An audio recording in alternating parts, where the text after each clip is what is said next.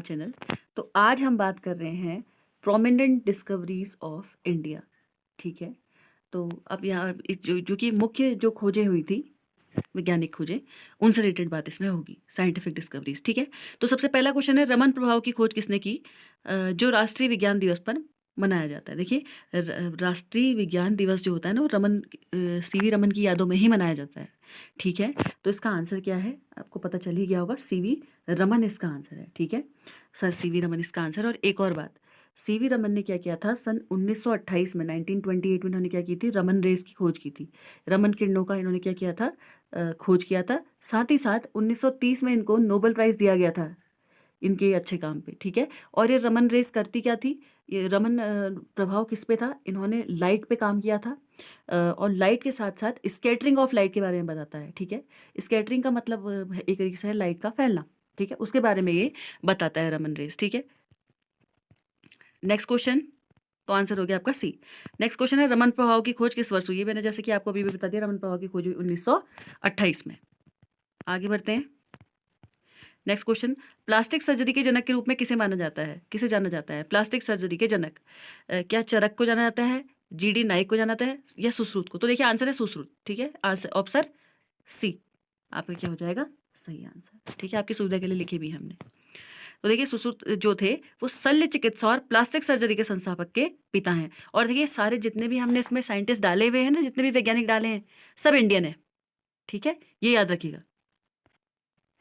ये आगे बात करते हैं, नेक्स्ट क्वेश्चन, भारत में राष्ट्रीय विज्ञान दिवस मनाया जाता है। राष्ट्रीय विज्ञान दिवस कब मनाया जाता है, तो देखिए, राष्ट्रीय विज्ञान दिवस कब मनाया जाता है, सर सीवी रमन की यादों में मनाया जाता है।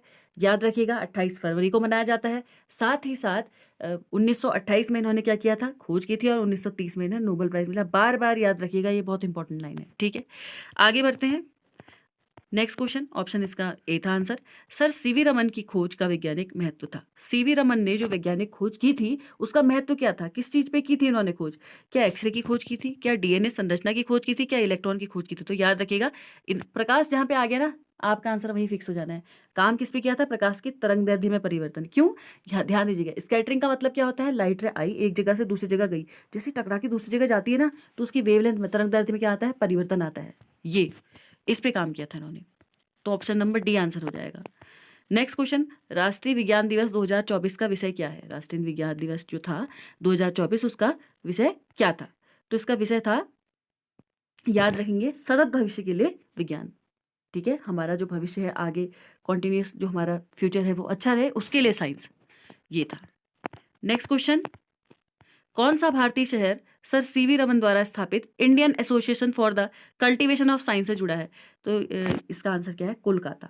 ठीक है, कोलकाता जुड़ा है इससे, ऑप्शन नंबर ए आंसर। ठीक है, आगे बात करते हैं, next question, sir CV Raman का निधन कब हुआ। तो देखिए, सीवी रमन का निधन हुआ था आपका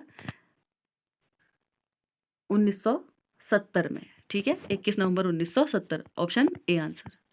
next question, sir CV Raman ने किस वर्ष भौतिकी में नोबेल पुरस्कार जीता। ये तो मैंने आपको अभी थोड़ी देर पहले बताया, 1930 में। ठीक है, नेक्स्ट क्वेश्चन, ब्लैक होल सिद्धांत किसके द्वारा दी गई। तो देखिए, ब्लैक होल सिद्धांत जो था एस चंद्रशेखर के द्वारा दिया गया था। हम ये सारे क्वेश्चन जो भी लाए हैं, ये इंडियन कॉन्टेक्स्ट में है। ठीक है, अगला है, रमन प्रभाव का संबंध है प्रकाश का प्रतिबिंब से, अपवर्तन से, प्रकीर्णन से, अवशोषण से। तो देखिए, प्रतिबिंब का मतलब होता है इमेज बनना, मतलब कि आप जैसे आप शीशे में देख पाते हैं, किस वजह से देख पाते हैं, ये सारी चीज़ें। ठीक है, तो ऐसा तो कुछ नहीं था। प्रकाश का अपवर्तन, जब प्रकाश एक समतल पृष्ठ पे टकराता है, ये कोई पृष्ठ है जिसका एक साइड पॉलिश्ड होता है, टकराता है, और अपने मार्ग से प्रकाश की किरण क्या हो जाती है, विचलित हो जाती है, और दूसरे माध्यम में क्या हो जाती है, एंटर हो जाती है। जैसे प्रकाश की किरण आई, और क्या बोलते हैं, पहले वो पानी में गई, और हो सकता है उसके बाद वो किस में चली गई, ध्वनि में, या किसी अन्य जगह चलेगी, तो मीडियम चेंज हो गया। इसे कहते हैं प्रकाश का अपवर्तन। तो इसके बारे में भी इन्होंने कुछ नहीं कहा था। हाँ, प्रकाश का प्रकीर्णन के बारे में इन्होंने कहा था, अवशोषण के बारे में भी नहीं कहा था। तो ऑप्शन नंबर सी आंसर। ठीक है, नेक्स्ट क्वेश्चन, भारत में कौन सा संगठन राष्ट्रीय विज्ञान दिवस मनाने को बढ़ावा देता है। देखिए, अब ये तो खैर सभी को पता चल जाएगा, कौन, इसरो, ऑब्वियसली, भारतीय अंतरिक्ष अनुसंधान संगठन जो है वो काम ही इस पे करता है। नेक्स्ट क्वेश्चन, रमन प्रभाव किससे संबंधित है। देखिए, मैंने आपको बार बार बता रही हूँ, रमन प्रभाव किससे संबंधित है, प्रकाश से संबंधित है। ठीक है, वह कौन सा प्रथम भारतीय वैज्ञानिक था जिसने विश्व में लघु तरंग रेडियो का आविष्कार किया?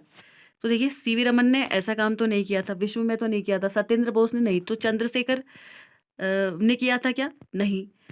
मेघनाथ साहा? नहीं। जगदीश चंद्र बोस के द्वारा किया गया था ये।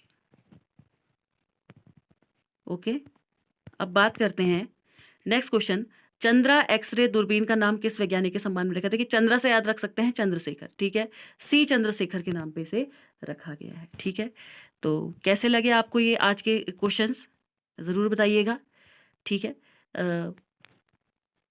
ये आपको ये जो कुछ लास्ट में छोड़ के जा रही हूँ, भारतीय अंतरिक्ष अनुसंधान संगठन इसरो को कहते हैं, वैज्ञानिक और औद्योगिक अनुसंधान परिषद CSIR को कहते हैं। इस तरीके से ये याद रखिएगा। तो कैसा लगा ये सेशन ज़रूर बताइएगा। इफ़ यू अगर आपको हमारा कंटेंट पसंद आ रहा है तो please do like share comment and subscribe our channel. और ऐसी अच्छी अच्छी वीडियोस देखने के लिए सब्सक्राइब कीजिए let's do chemistry channel. Thank you.